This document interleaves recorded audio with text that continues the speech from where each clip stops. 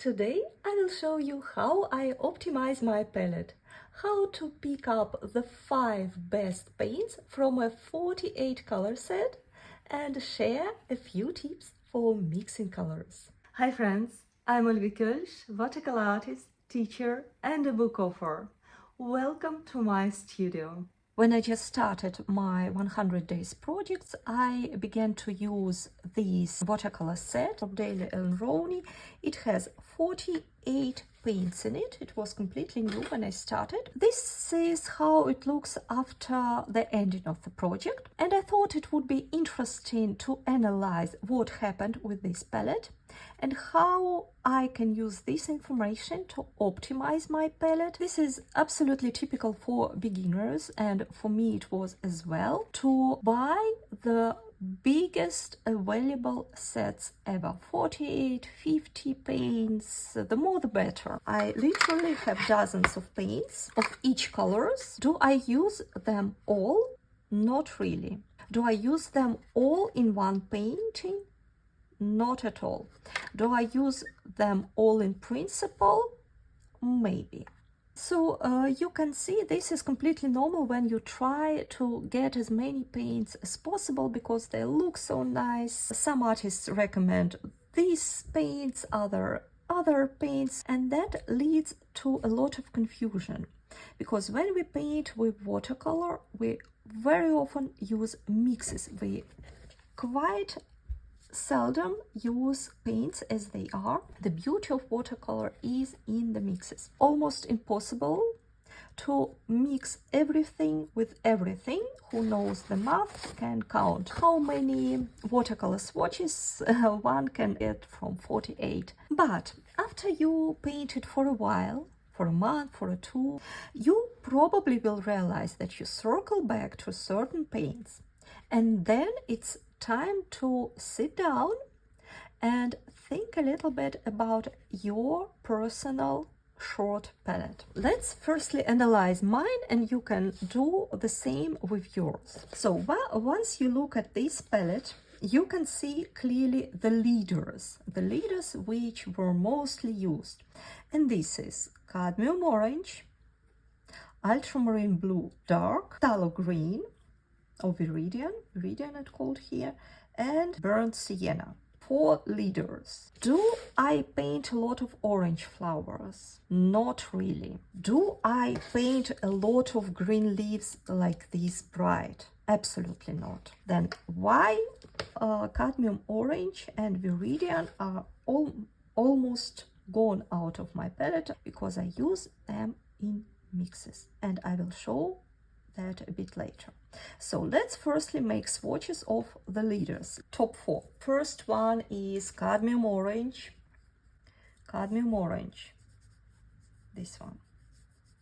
And the other one, it's ultramarine blue. Almost nothing left, but I will try my best to get it. And I have 2 ultramarine blues, and to be fair, I don't see much of the difference between those two. So my principal, once I finish this one, I will switch to this one. The next one is this viridian. Burnt sienna tend to be the paint number 4 with regards to mostly used paints. Pretty weird choice, right? Why is that so, and how it works? First of all, I use cadmium orange for mixes. If I mix cadmium orange with ultramarine blue, I am getting beautiful hues, even either more to the brown side or more to the gray side, and with subtle variety of each ingredient, I can get beautiful gray mix, beautiful soft blue mix, and I use them very often for the sky, for some muted tones when I need some green in my paints. I have my phthalo green. If I mix it with orange, I get my green more into olive color. If I mix it with burnt sienna, if you follow me for quite a long time, you probably know that this is one of my favorite mixes. Then I get this very dark and very natural looking sage green. And of course it would be nice to see how burnt sienna works with ultramarine blue. It will give varieties of gray, but much darker than it was possible with orange. So when I need to paint shadows, when I need to paint, for example, tree trunks or floral stems, I can go more into that mix, or some stormy sea. What I'm surprised here, that I don't have any pink. Usually I use a lot of quinacridone rose, or permanent rose it calls in this, but you see, didn't use it that much, maybe because this set has a lot of pinks in principle, so my attention was probably distributed between many of them. But typically the thief paint which I use very often in my palette will be quinacridone rose, bright cold rose, because if I mix it with orange I will get red, and if I mix it with ultramarine blue I will get multiple shades of beautiful purples, lavender purple, and if I mix it with phthalo green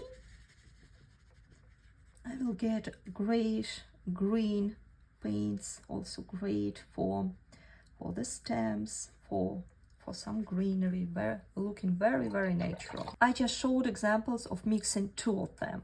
And now imagine if we start to mix three of them. For example, what I typically do, I mix quinacridone rose with ultramarine blue and then add burnt sienna in it. And so this is extremely short palette. If you look at your palettes, you probably will notice something different. In the next video, I will show you how to pick up a few more paints to create a slightly larger palette, one that still feels balanced but offers more variety. In the meantime, let me know what challenges you have with color mixing and what questions you'd like me to cover about your paints. Thank you so much for following along. Please let me know in comments what would you like to know more about watercolor painting. And see you soon. Bye bye.